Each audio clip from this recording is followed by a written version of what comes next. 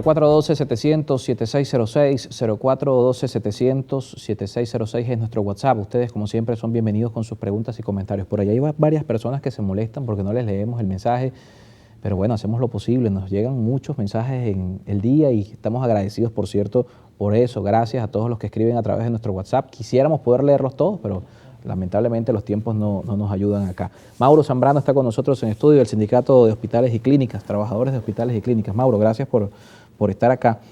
Gracias a ti, Carlos. Varios temas que conversar, porque sin duda este 2023 las protestas de los trabajadores de la administración pública, que van desde los educadores, desde el magisterio venezolano hasta los trabajadores del sector salud, fueron noticia en buena parte de este año, pero hemos visto de alguna manera que la calle se aplacó. Las protestas que llevaban adelante los dirigentes sindicales y por supuesto la base, hoy no tiene tal vez la misma resonancia en los medios como la estábamos viendo hace algunos meses. Sí, bueno, en principio saludar a la audiencia.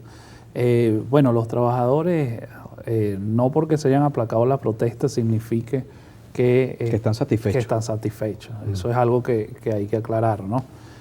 Yo siento que un método de resistencia ahorita es mantenerse en una escuela, una maestra laborando con el salario que hay, que una enfermera o una camarera se mantenga en el puesto de trabajo a pesar de que lo que se gane son $4 de salario y bueno, $70 que pagan entre bonos, uno de la patria y el cestatique, que evidentemente es una situación que bajó en la calle, indudablemente sí, pero los trabajadores siguen en protesta. Cada vez que van a un centro de salud es en protesta y resistiendo ante la situación que hoy ha puesto en este caso el gobierno de Nicolás Maduro. Mira, nosotros lo hemos dicho, lo insistimos en la lucha la semana pasada, incluso hicimos una movilización con los trabajadores de salud y educación, porque hay muchas desigualdades, pues. Por ejemplo, en el caso de los jubilados, del sector educación,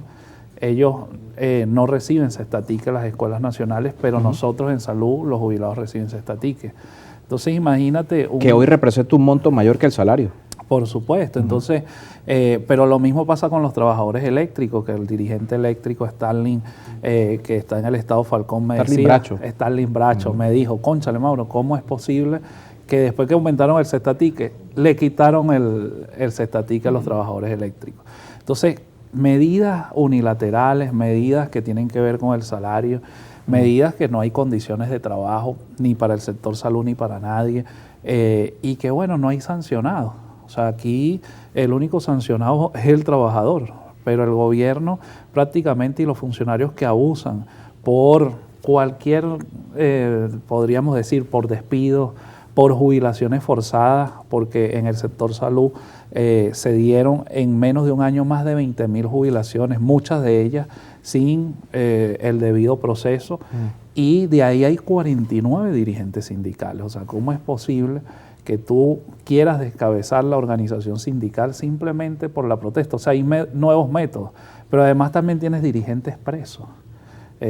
Como pasó el caso de Rubén González, porque fíjate que el fiscal, una de las cosas que uno dice, bueno, pero ¿qué tiene que ver si es dirigente o no? Ese no es el debate es que son seres humanos, donde lo condenaron a 16 años, donde no hay ni una prueba. O sea, eso es lo relevante del caso. O sea, eso no tiene que ver si es dirigente sindical o no. El hecho es que está sometiendo a 16 años a 6 ciudadanos que son líderes sociales y que acompañan la protesta, sea de trabajadores, sea política, la razón que sea, es injusto. Porque el fiscal dice que tienen años que no cotizan en el Seguro Social. Bueno, así lo dijo el fiscal. Bueno, eso es lo que él alega. Pero el deber ser es que son seres humanos, lo repito. O sea, él dice que no son dirigentes sindicales. Que habían planes de desestabilización. Y planes de desestabilización. Los trabajadores, Carlos, nosotros lo único que hemos hecho es protestar por que se restituyan nuestros derechos. ¿Cuáles son nuestros derechos? El artículo 91 de la Constitución, que deberíamos de tener un salario acorde a la canasta básica. La canasta básica está por alrededor de $500. ¿Qué trabajador gana aquí eso? Ninguno, porque ni siquiera el del sector privado en este momento tiene un ingreso digno. O sea, los trabajadores del país Pero aún así hay una brecha importante respecto al público. El sector privado está pagando un monto. Podríamos decir que es muy bonificado, no es salario. Entonces es parte del debate. Aquí se pusieron de acuerdo tanto el gobierno como los empresarios para establecer un método que es eliminar las prestaciones sociales sin decirlo. O sea, aquí la mayoría de las empresas te pagan a través de bonos, pero no te pagan nada de salario. Entonces, cuando llega diciembre, un trabajador no tiene aguinaldo, cuando le llega vacaciones, las vacaciones no cuentan, o sea, es muy paupérrimo, y así en las prestaciones sociales. Es decir, no tienen un sistema de seguridad social que permita que el trabajador más adelante pueda tener en un futuro una pensión o un ingreso digno, porque eso es lo que está sucediendo realmente. ¿Ustedes sienten que esto es un acuerdo entre los empresarios y el gobierno? Porque a los dos les conviene Por supuesto, eso no tiene duda. Es más, esas reuniones que hay con el gobierno, en este caso Fedecámara, sí, claro, lo vimos en Miraflores, y lo vimos, y vienen haciendo ese tipo de reuniones, poniéndose de acuerdo en cómo eliminar las prestaciones sociales. O sea, eso es algo que es evidente. Nosotros obviamente no estamos de acuerdo con esa medida. Vamos a insistir en la calle para que las prestaciones sociales, que es un patrimonio familiar, vuelvan a tener el valor que eso tenía durante mucho tiempo, porque el alegato dicen es que eso es un sistema viejo, pues, así es que dicen. Pero hoy en la práctica esas prestaciones no significan nada para el trabajador. Ahorita porque no hay salario, pero si tú tienes un buen salario, unas prestaciones sociales sí tiene el valor que amerita. Mira, por ejemplo, te hablo, mi abuela cuando le dieron las prestaciones sociales, en algún momento llegó a comprar un apartamento, o sea que tenía valor, y además tenía y le quedó. Entonces, eso comparado con ahora, obviamente no, pero en aquel momento había salario y en este momento no hay salario. Si hay salario, las prestaciones sociales tienen un valor importante y eso hay que rescatarlo. Tanto el gobierno y como el gobierno, en este caso podríamos decir los empresarios, tienen que entender que el rescate de las prestaciones sociales para los trabajadores es sumamente importante, y la dirigencia sindical, por supuesto, vamos a seguir luchando, no solo por el tema salarial, sino por las condiciones de trabajo y para que también se rescate la seguridad social del país. Claro. Porque fíjate, por ejemplo, está la amedrentación, está todo este contexto, pero además el tema de la salud, podría decirte. Tú llegas a un hospital en este momento y a pesar de que están haciendo remodelaciones en los distintos centros, porque no hay que negarlo, igual el paciente tiene que comprarlo todo. En mi percepción, ya la salud está totalmente privatizada, porque al tú llegar y tienes que comprar todo, tienes que tener por lo menos 100, 200 dólares, y en algunos casos, cuando necesita una intervención quirúrgica, pueden llegar a gastar hasta 700 y 800 dólares. ¿Quién tiene eso? O sea, hay mucha gente que se le vencen los exámenes y no pueden después operarlo. Hoy, ¿cómo están esos números? Ustedes que también forman parte del monitor que hace seguimiento al tema de los insumos médicos en los hospitales, ¿esos números han mejorado? ¿Cómo está?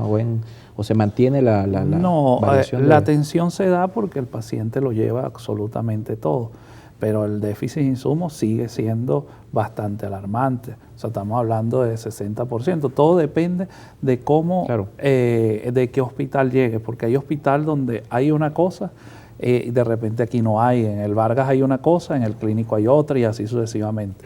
Pero el déficit de insumos es muy grande y quien paga todo eso es el paciente.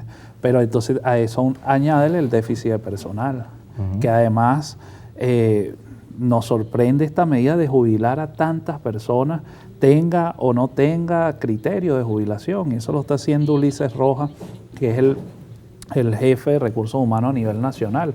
Eso no puede seguir existiendo, y además jubilar a 49 dirigentes sindicales. Eso afecta a los trabajadores, pero a su vez a los pacientes, que hay una enfermera, por ejemplo, para atender en algunos casos 30, en algunos casos 40 pacientes. O sea, un ser humano para atender 40 personas que están hospitalizadas, eso no es posible. Entonces, esa situación obviamente que afecta al paciente, a quien va a buscar alivio a los hospitales, y nosotros lo hemos dicho, o sea, no es que no se ha denunciado.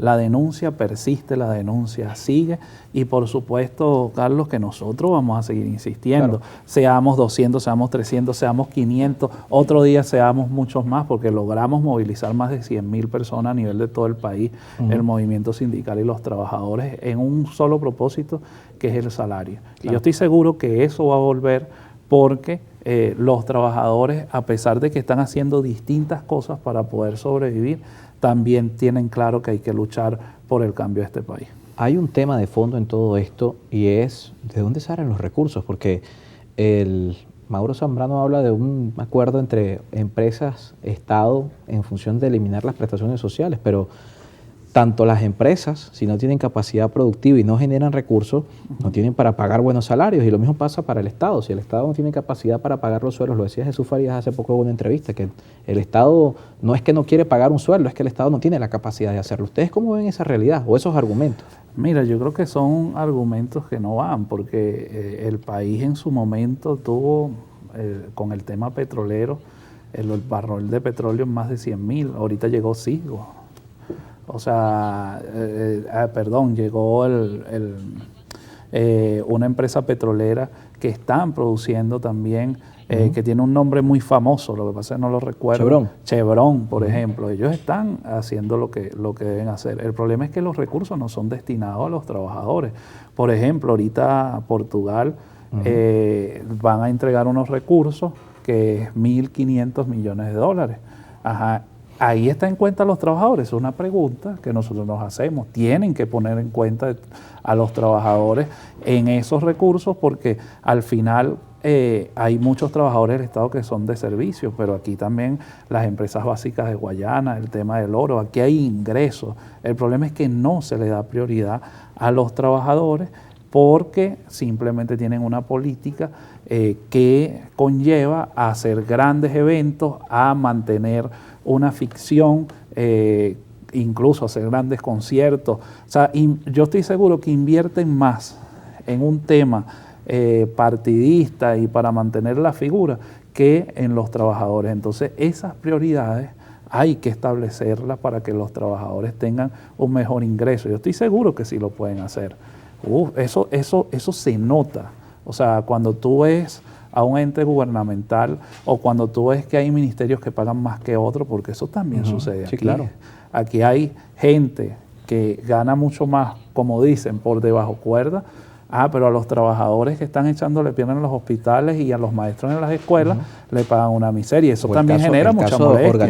Organismos del Estado que tienen mejores beneficios que otros. El caso, por ejemplo, de los organismos de seguridad versus los maestros que tienen un bono totalmente distinto. Y entonces esas desigualdades y que no le dan prioridad al tema del salario, cónchale, eso genera molestia. Pues eso no le genera molestia no solo al que es opositor. Nosotros tenemos compañeros que son policías, que son incluso guardias nacionales y nos hablan de que tienen un salario que no les alcanza para mantener a la familia y que están ahí porque, bueno, por su, ¿cómo es que se llama? Su vocación, pues, de servicio, pero que ellos quisieran incluso unirse a la lucha para lograr mejores salarios. Y eso es lo que nosotros estamos haciendo. Nosotros estamos luchando es por derechos que están en la Constitución, que están en la Ley del Trabajo. Nosotros no estamos fuera o no estamos en más nada. No están buscando un cambio de gobierno. Bueno, por supuesto que los trabajadores, cuando ven que no hay respuesta, Carlos, o sea, ahora lo que no estamos en planes desestabilizadores, ¿ves? Todo dentro del marco de la ley. Por ejemplo, nosotros como trabajadores creemos que la vía es el voto, que es la vía democrática, que es la vía donde se deben tomar las decisiones políticas de este país, donde tenga participación la mayoría de los venezolanos.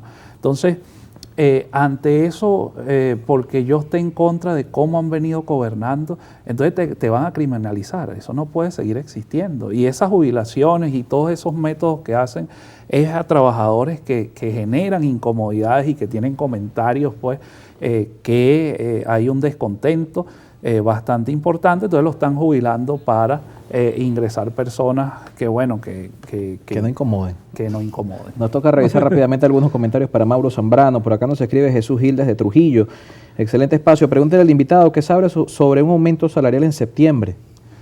Bueno, no, tú sabes que eso lo maneja es el alto gobierno. Quien lo sabrá, en todo caso, será Nicolás Maduro. Lo que sí es importante que esos recursos que van a entrar, que son los 1.500 millones de dólares, ahí tienen que ser tomados en cuenta los trabajadores. O sea, los trabajadores tienen que ser indexados.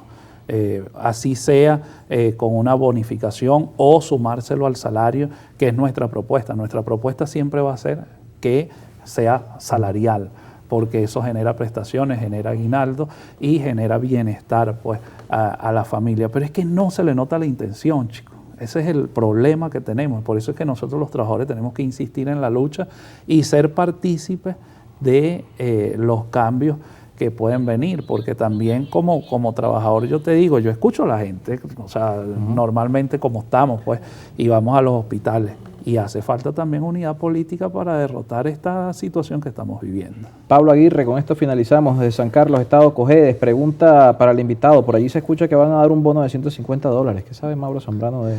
Mira, es que eso todos son rumores, pero en realidad...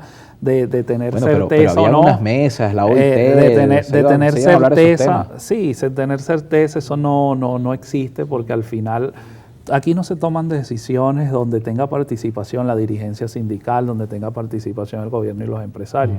Aquí hay un sector solamente, o lo decide Maduro, y lo decide y ya, pues, o sea, eso no es que lo pueda saber incluso hasta tú vas al ministerio, por ejemplo, en mi caso de salud, y tú preguntas cualquier tema de pago y ellos te dicen, no sabemos nada, porque al final quien toma la decisión es entre la vicepresidencia y en este caso Nicolás Maduro, que son cosas que no deberían de ser de esa manera, porque no hay planificación alguna. Ese es el problema que nosotros tenemos y que los trabajadores tenemos que entender.